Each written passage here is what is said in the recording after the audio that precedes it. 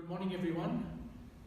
First of all, let me congratulate the India Network for Basic Income and SEWA for organizing this very important conference, which comes at a very opportune moment because, as you all know, the concept of a universal basic income is gaining traction all over the world, and it's being debated in Finland, it was in Switzerland, in the United Kingdom, and proponents on the left as well as proponents on the right, including Elon Musk of Silicon Valley, are all seeing some appeal in this idea.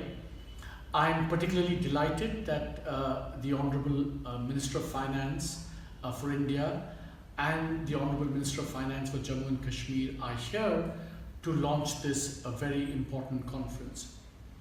As you can all see behind me is a photograph of the father of our nation, Mahatma Gandhi, and I am referring to that because in the latest economic survey that my team and I wrote, we had a chapter on universal basic income, and it was titled A Conversation with and Within the Mahatma.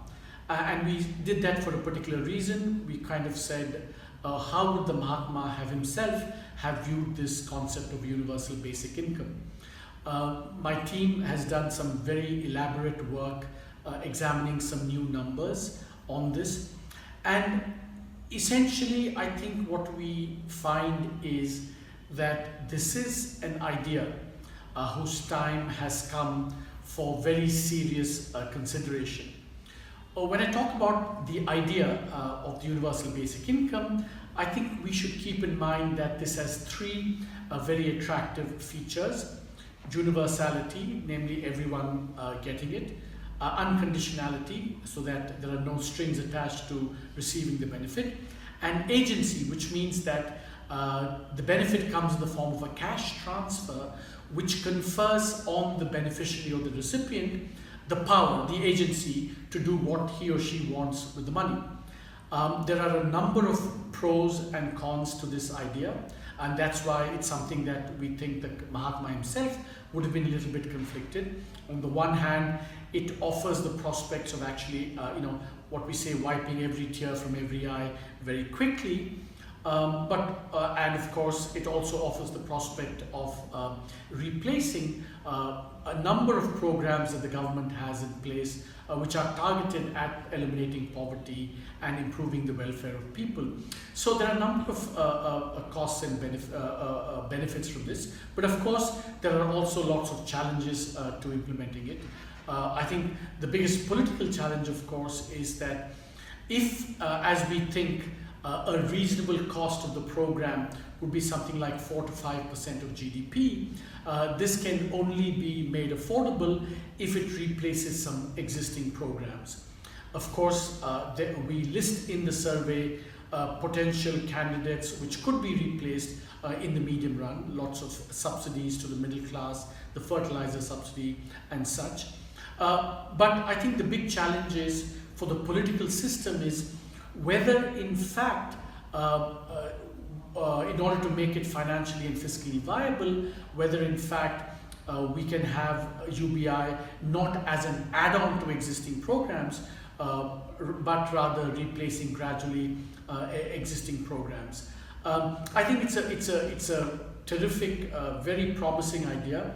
And of course, what makes this idea particularly kind of tantalizing in the Indian context is the fact that the infrastructure for implementing this, although not perfect today, not completely up to speed.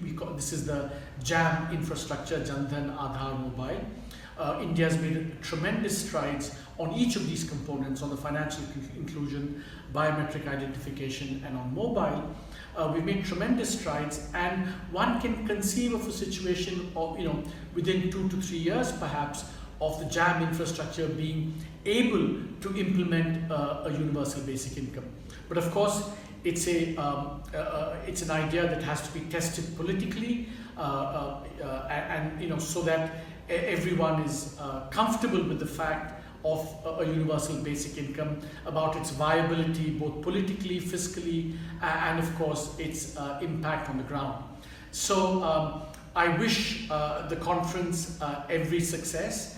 I look forward to seeing what transpired, and I very much hope that at the end of this we will have advanced or pushed ahead with this idea and its implementation a few steps, so that conceivably somewhere down the road this could become an idea whose time not just has come for discussion but comes reasonably close to being ripe for implementation. Thank you very much and good luck once again. Okay, I think Dr. Subramanian, it's not just as a chief economic advisor that he started speaking about universal basic income. I think way back in 2011, he started the debate in EPW along with other economists. I think that was as early as that.